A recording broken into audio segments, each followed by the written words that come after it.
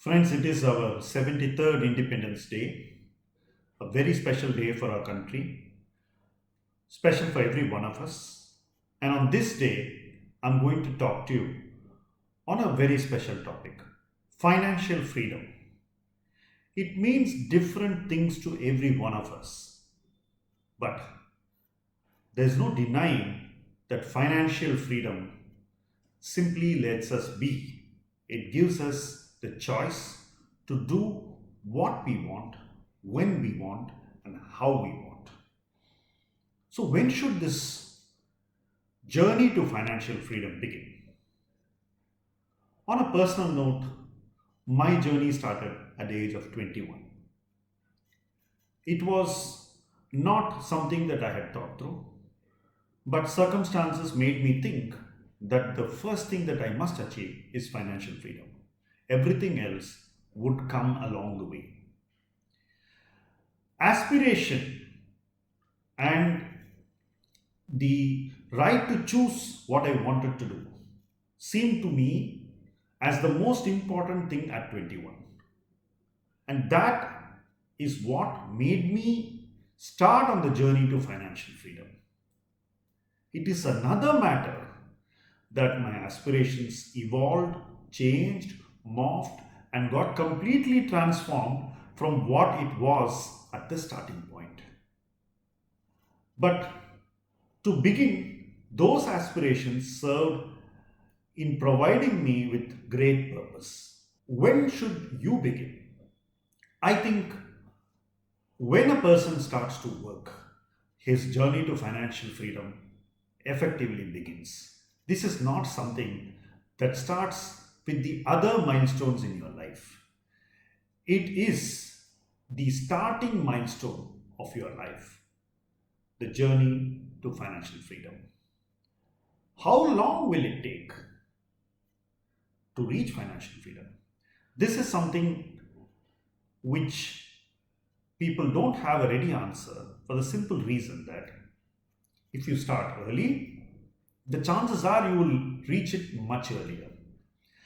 And if you start in your middle years of your life, let us say in your 30s, then it takes longer. Why is that? The reason is that the freedom to do a lot of things is higher in the earlier years than what you enjoy in the middle years. Responsibilities fill our lives, they fill our list of things to do, they add to the list of expenditure that usually dominates our lives, and they tend to restrict us more in the middle years than in the earlier years. Now, this is completely contradictory to what people think. Most people think that in their early years they need not do much and there is time to do things in the middle years. Nothing can be more imperfect than this thought. By starting early, you give yourself more freedom. My experience was that by the time I had completed 8 9 years, I had actually achieved financial freedom. Many people who had traveled with me in school, in college, started this journey after I had completed this journey. But as I mentioned in my initial remark, financial freedom is a continuing journey. Achieving financial freedom is the first milestone, and once you achieve it, your notion of freedom grows, evolves, and transforms into bigger things. Purpose keeps one going. Greater purpose walks into your life, and you want to do much more. Goals, which we start with, become milestones. Once you reach that goal, you think ahead of things which are more significant, more evolved, and more important to you at that point in time. That is why a goal is not an end but a milestone. Each milestone shows you a bigger milestone, a better milestone. Greater purpose tends to fill your life. The journey to financial freedom is expansive. It grows. It grows with you. It grows you. It grows on you.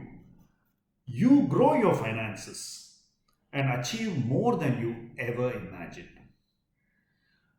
The pervasive presence of growth on the journey to financial freedom is what makes one achieve more than he ever dreamt, more than he originally envisaged, and more than what others who don't make this journey early enough create.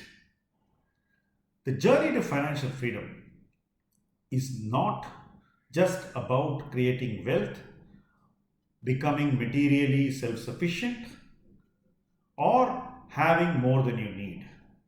It is about providing for better choices, giving yourself the room to live a better life, seeking holistic comfort in the way you live, and doing more for those who matter to you in your life.